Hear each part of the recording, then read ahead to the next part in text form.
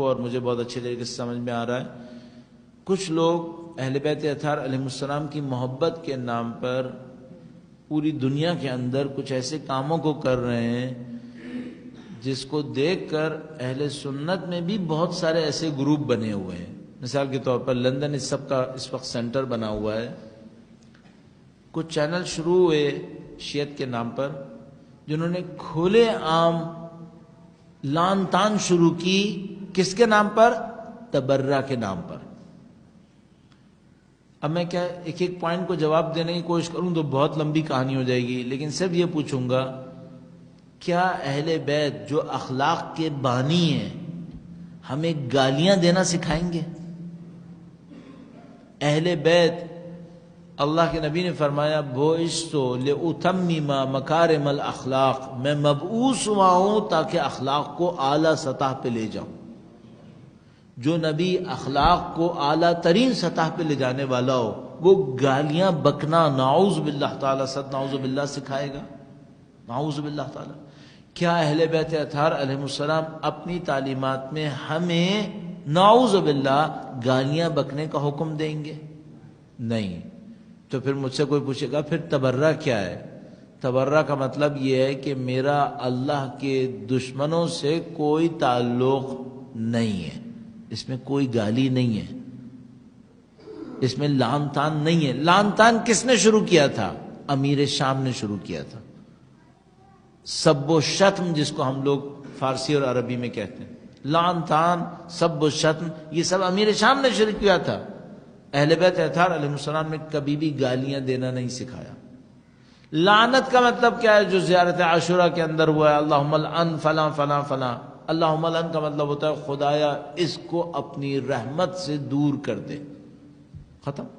یہ ایک بد دعا ہے، نہ کہ گالی. اہل بیت کبھی بھی گالی دینا نہیں سکھائیں گے ہمیں.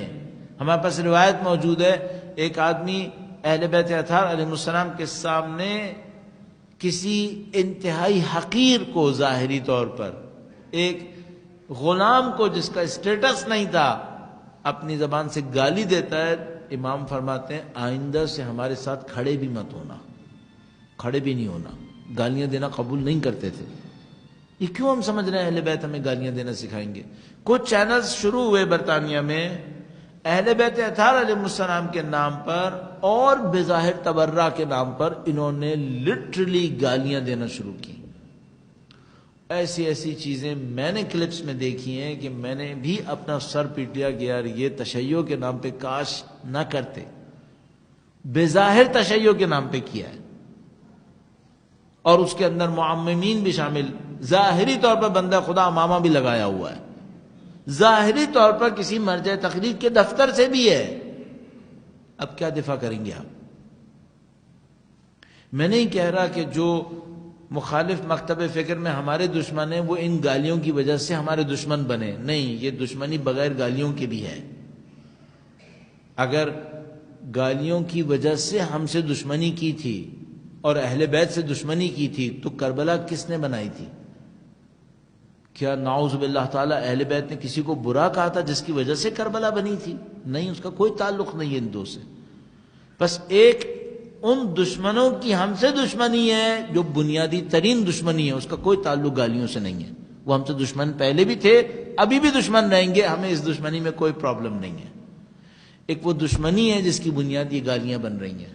یہ آرٹیفیشل ہے، یہ لڑانے کے لیے ہے. اور یہ کس کے نام پہ کر رہے ہیں؟ یہ تبرہ کے نام پہ کر رہے ہیں جس کا مفہوم میں گالیاں ہے ہی نہیں، جو میں نے ابھی آپ کی خدمت میں عرض کیا. تبرہ کا مطلب بھی عرض کیا ہے اور لعن کا مطلب. انہوں نے لندن سے چینل شروع کیے، لعن طعن کے نام پر، تبرہ کے نام پر گالیاں بکنا شروع کی.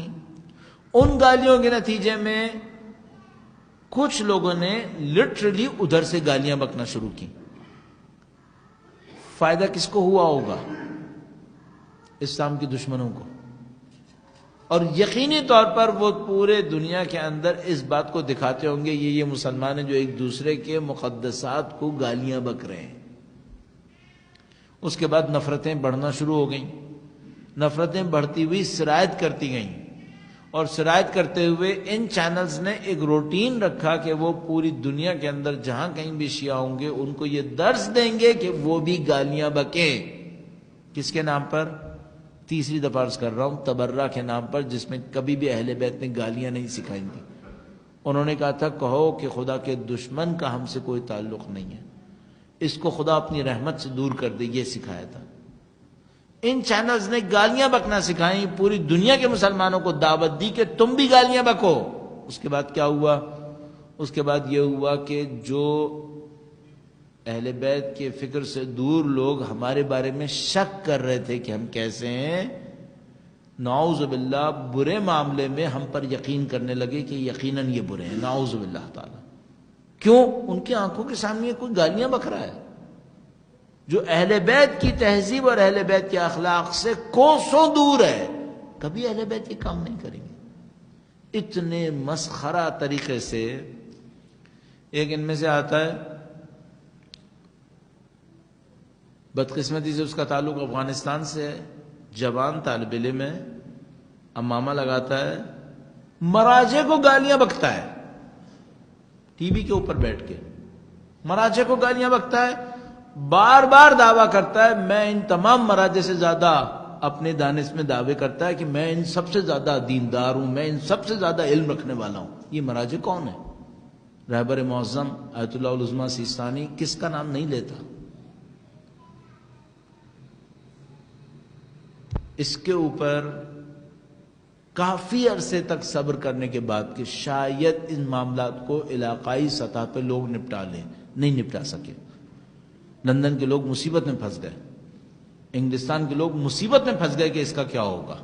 چینلز کی جنگ شروع ہو گئی، ادھر سے یہ چینل مناظرہ کرے، ادھر سے وہ چینل مناظرہ کرے. میں نے خود انگلستان کے سفر میں متعدد دفعہ اس بات کو نوٹ کیا، اور دوستوں نے بتایا کہ جو کچھ ہمارے اور اہل سنت کے درمیان تعلقات تھے اب سب ختم ہو گئے، سب ختم ہو گئے.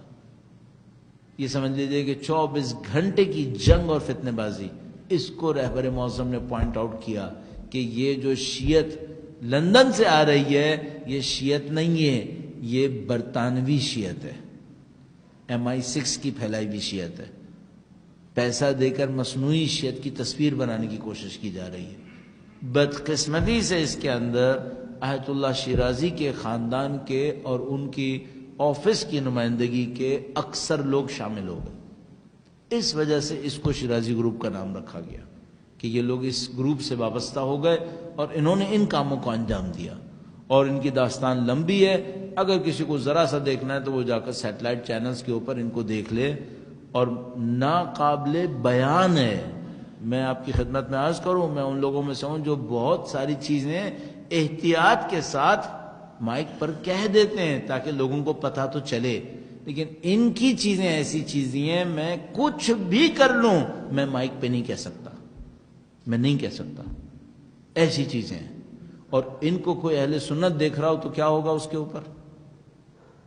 میں قسم کھا رہا ہوں کہ میں بیان بھی نہیں کر سکتا کہ جو یہ کر رہے ہیں آگ لگانے کے لیے، یہ شیعہ نہیں ہے جو شیعت کے لیے کر رہے ہیں، یہ شیعہ نہیں ہے جو اہل بیت اطہار علیہ السلام کی خدمت کے لیے کر رہے ہیں، یہ وہ دشمنان دین ہے کہ جو اہل بیت اطہار علیہ السلام سے لوگوں کو دور کرنے کے لیے حرکتیں کر رہے ہیں. طریقہ ہوتا ہے. اہل بیت اپنے مخالفین کی حرکتوں کو بیان کرتے تھے، اپنے مخالفین کے نام کو لوگوں تک پہنچاتے تھے، لیکن ایک ادب کے ساتھ، ایک طریقے کے ساتھ، ایک تہذیب کے ساتھ.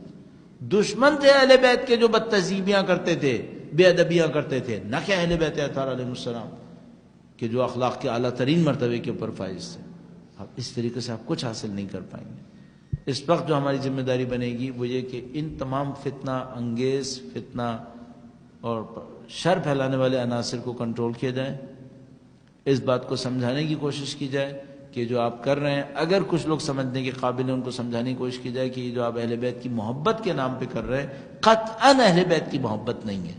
ہمارے پاس روایات موجود ہیں، اہل بیت اطہار علیہ السلام نے ایسے لوگوں کے اوپر گرفت کروائی کہ اس کو اپنے درمیان سے باہر نکال دو چونکہ ہمارے لیے بے عزتی کا سبب ہے. قطعی روایات ہمارے پاس موجود ہیں. تو یہ وہ فتنہ ہے جو ایک اور رنگ اس وقت ڈھا گیا ہے چینلز کی صورت میں، اور اس چینل کے پیچھے عجیب و غریب حرکتیں. ابھی آپ امریکہ میں جا کے دیکھیے، آپ بعض چیزوں پہ حیران رہ جائیں گے، آپ تفسیر نہیں کر پائیں گے.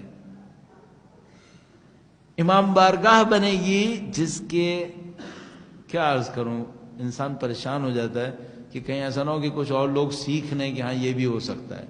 امام بارگاہ بنے گی جس کے مرکزی دفتر کے اندر جارج بش کی تصویر لگی ہوئی ہے. او مائی لارڈ، یہ امام بارگاہ ہے، یہ مسجد ہے. آپ کو اور ہمیں بہت کچھ سوچنا پڑے گا یہاں ہو کیا رہا ہے، کس کے پیسوں سے بن رہی ہیں، کون ان کو بنوا رہا ہے، کون ان کو فنڈ کر رہا ہے.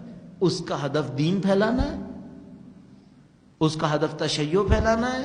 ان باتوں سے تشیع پھیلتا ہے یا عقل اور تہذیب اور اخلاق سے تشیع پھیلتا ہے، اللہ کی بندگی سے تشیع پھیلتا ہے. ان کو ہمیں سوچنا پڑے گا. انشاءاللہ خدا ہمیں سمجھنے اور حق کو پہنچانے کی سعادت نصیب فرمائے. خدا سے دعا کرتے ہیں پاک پروردگار اس قلیل کو اپنی بارگاہ میں قبول فرما. اے خدایا، جو مسلمان سختیوں سے گزر رہے ہیں بے حق اہل بیت، ان کی سختیوں کو دور فرما. جو دشمنان دین سازشیں کر رہے ہیں اگر قابل اصلاح نہ ہو تو واصل جہنم فرما. اے خدایا، تمام مشقتوں اور مشکلوں کے صدقے میں، ان کے نتیجے میں سید و سردار مولا اور آقا امام آخر الزماں کی ظہور میں تعجیل فرما. ہمیں ہماری اولادوں کو ان کی جانثاروں میں قرار فرما. ہماری زندگیوں کا اختتام دین کی نصرت کی راہ میں شہادت قرار فرما. ربنا تقبل منا انك انت السميع العليم بجاہ محمد و آلہ الطاہرین. درود بھیجے محمد و آل محمد.